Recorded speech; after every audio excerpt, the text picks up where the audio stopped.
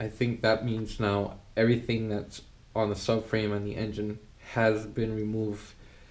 And the last part is, like I mentioned before, your oil pan. So the first thing I need to do is drain it, take all the oil out, and then I can proceed with modifying the oil pan. The other thing I wanted to mention, at least for me, I have a little challenge here that I need to resolve. So if you look up here, I have an OS Giken STR2C, I think it's called. Clutch. It's I believe it's a push type clutch versus the factory's a pull type clutch, or something like that. There's basically a difference. So unfortunately, there's this adapter pump that's needed to allow this clutch to work on the car. And there's a problem I ran into already, which is this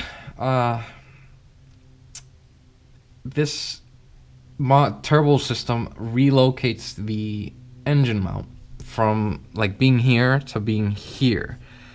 And the bracket literally hits this guy. So I think what I'm gonna need to do is loosen this bolt, turn this banjo bolt setup so that the fitting is pointing more upward and allows that bracket to sit right where it needs to be. So maybe that's something I could try to do today, and then I'll have someone help me bleed the clutch later on. But the first part for today, at least, is doing the oil pan. But I wanted to let you guys know about this potential issue. If you're someone that has an OS Giken clutch, make sure this hose is installed the right way, or I might actually need to come up with a different solution to get the clutch fluid to this pump, because I won't be able to install this engine mount with the way it's currently set up.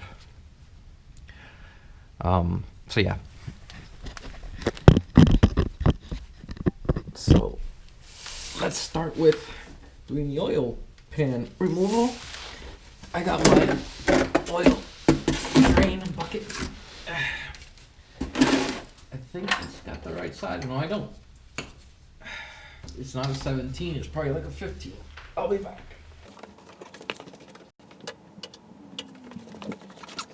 Actually, that wasn't a 17, that was a 19 size bolt. This is a 17. I was right with the 17 size. Just grabbed the wrong one. So, loosen it. I know generally you want the oil to be warm when you take it off, but considering I already disassembled the car quite a bit, I'm going to take the oil pan out either way. It really matters. So, we'll just let it drain. 1 week later. Alright, hey guys. So, I've pretty much drained the oil pan, as you saw in the previous clip of the video. So now I'm going to take all the screws that secure the oil pan from the engine out, and that should allow me to drop this oil pan out to then clean it up and modify it. So I'll start with doing that. It's a 10 millimeter.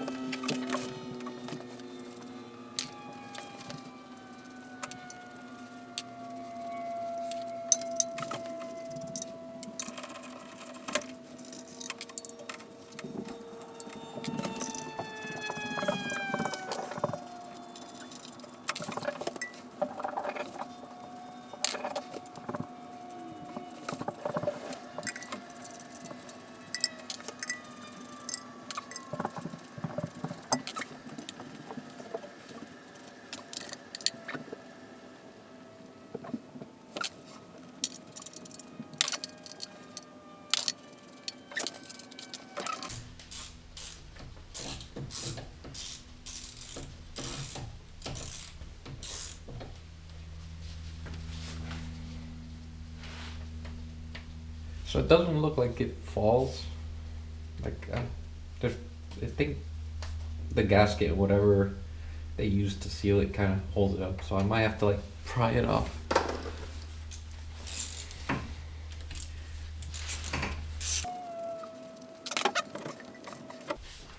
Yeah, I might need to pry it off. So I'm just gonna take one nut so in case it does slip.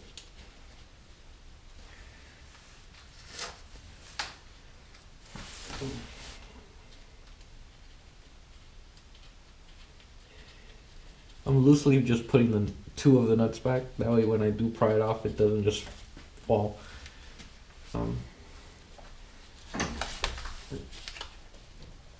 Yeah, definitely gonna need a tool, like a flathead screwdriver.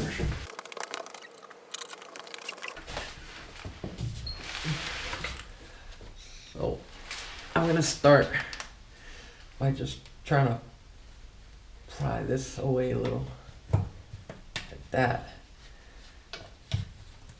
All right. So I think I've loosened it. Let me do the other side as well, just to make sure it's clear over here. There you go. Alright, so now the oil pan is loose. Take that nut out.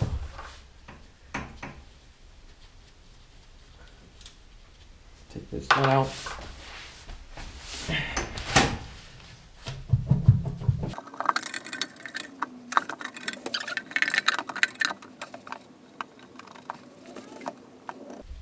Alright guys, here's something. Maybe it's been so long I forgot, but it looks like this is actually in the way of removing your oil pan. So it looks like I'm gonna have to take these two bolts out to disassemble this out of the way to get this oil pan out of it, since the oil pan sits under this. So that's what I'm gonna do now, is take this piece off so I can then drop the oil pan.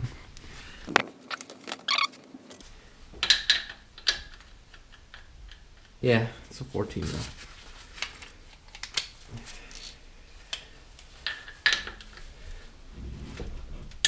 now. There you go. Alright, so that's a 14 mil. This is not. That's a 12 mil. So let me take this one out first.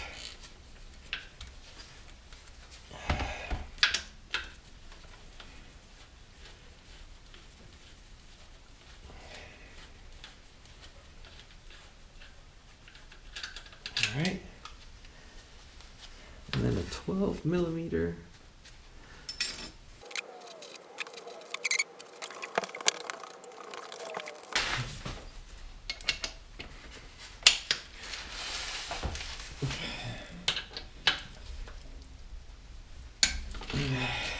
There you go. So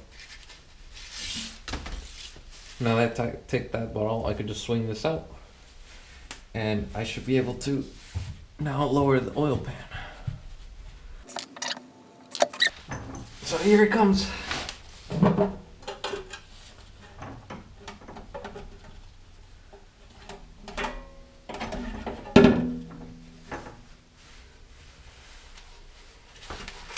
Well, it's still dripping oil.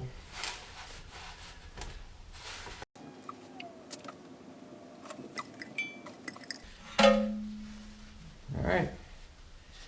So the oil pan gasket's off.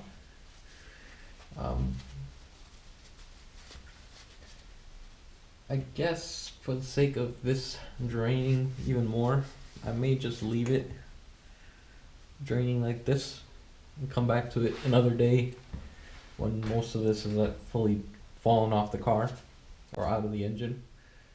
And then we'll take it from there to continue on with doing the work on the car.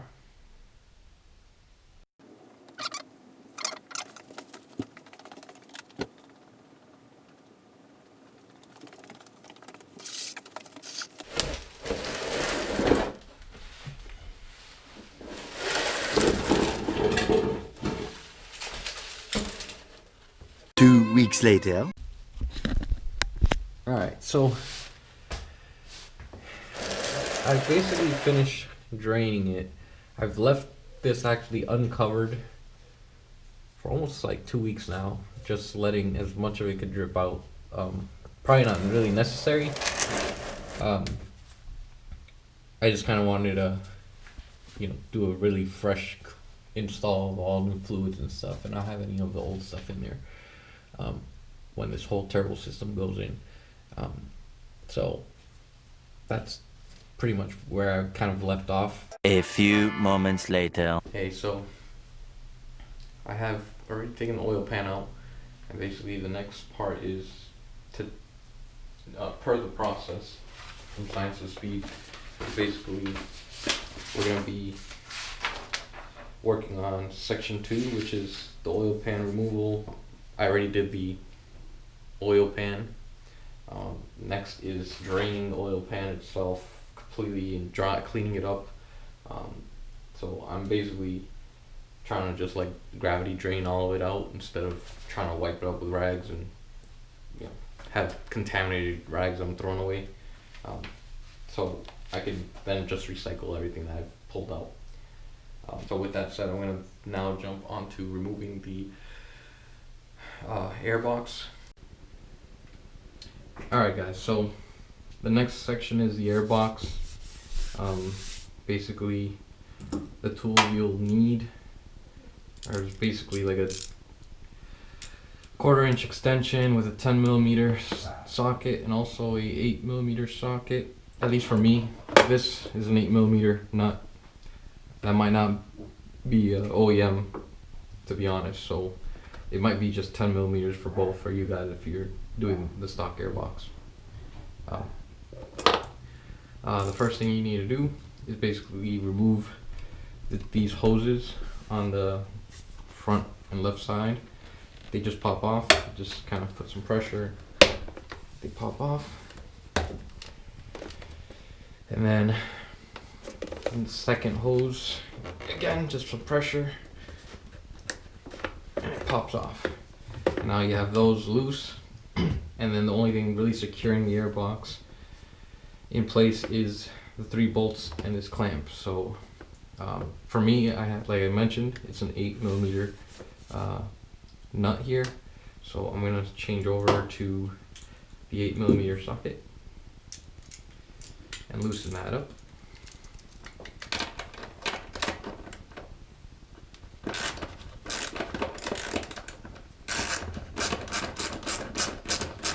I think you kind of want to loosen it up a good amount.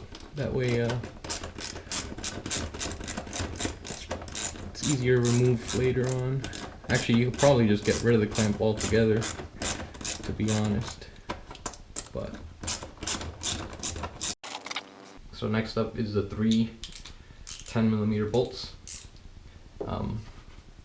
Basically, there's one located right here. Pretty out in the open.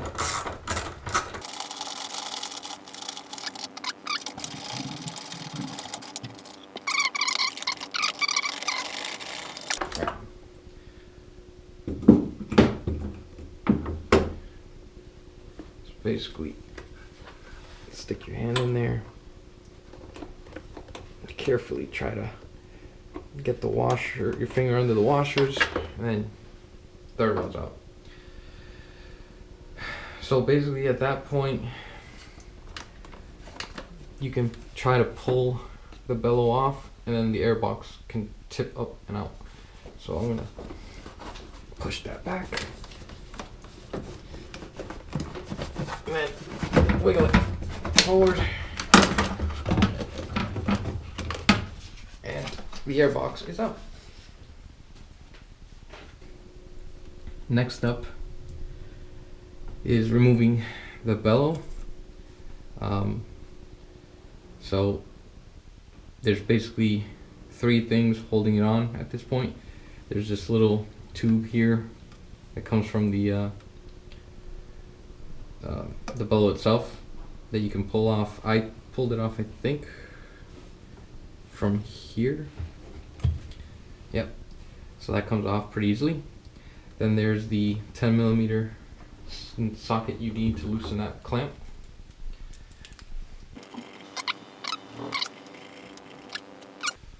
And then the last piece that's holding it in is basically this clamp. So I have like these little 45-degree needle nose. You can basically just use something like that.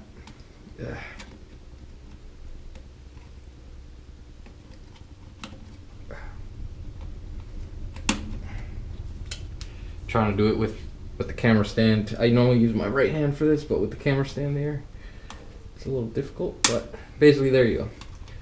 You can get the clamp over, and now the bellows should pull right out. Might take a little effort, but it'll come out. There you go. And then that's the bellow. Now I think you have the air box area cleared for everything that's needed to install, the aftermarket piping. But that's basically it. It's pretty straightforward, not too difficult.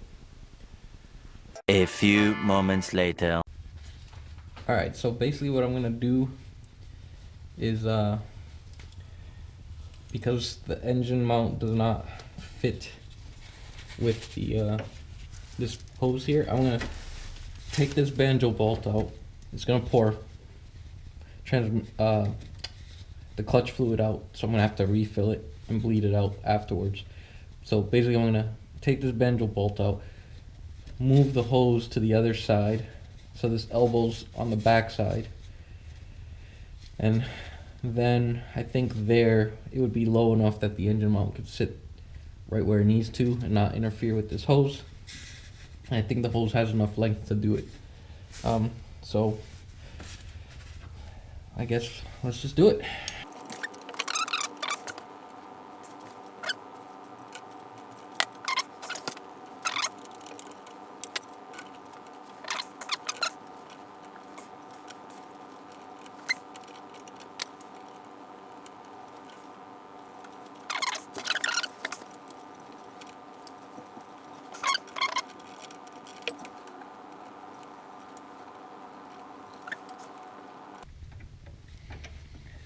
I hope they don't make this bolt so long that it doesn't come out without further disassembly. That would suck. It's taking a while to remove. Let me see if I can.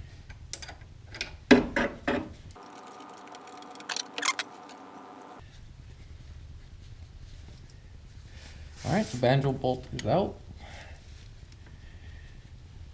I'm going to try this idea. Oh god.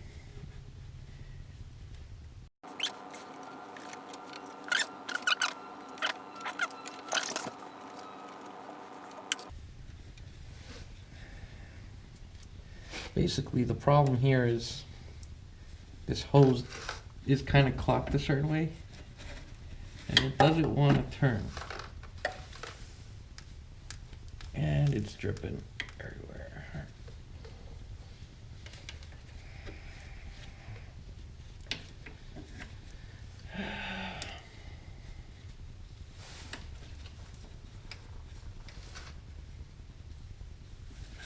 I feel like this wants to turn 90 degrees for it to work. Let me see.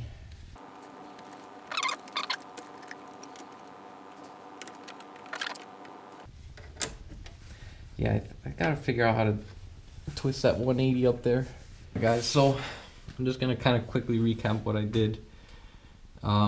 Basically, I took this hose assembly off because what I need to do is to basically get this apart, and I was trying to do it in place. It was just too hard. So I'm gonna take this to a workbench, take it apart, put this end on the yeah, actually I might just take this. Oh great, now I'm not even sure if it goes like that. I'm basically gonna try to put this 180 degrees off make sure it works, and then reassemble it, so that way the hose isn't strained when I'm trying to come in from the backside. Reassembled the clutch line. I just need to fill it, basically. So I attached it to the damper. It's coming to here. This is the orientation you kind of want the nut to be. It's before it was like at an angle, and I was putting kind of stress on the hose. Now this is like really not stressed at all. So that way your clutch line's not being under unnecessary strain. And basically you can see there's no resistance here. It's set up clocked.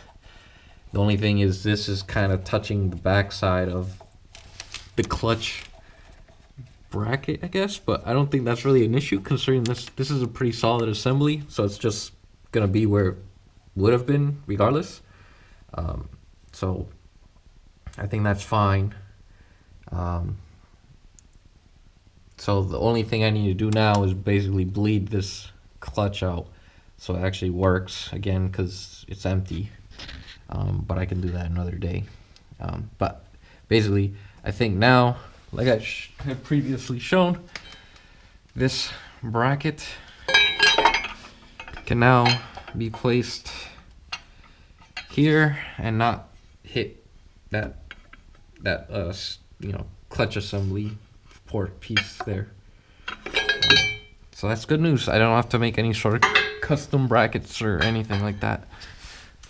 It'll work. It's just a pain in the butt that you gotta flip this 180 degrees off to work with this turbo system.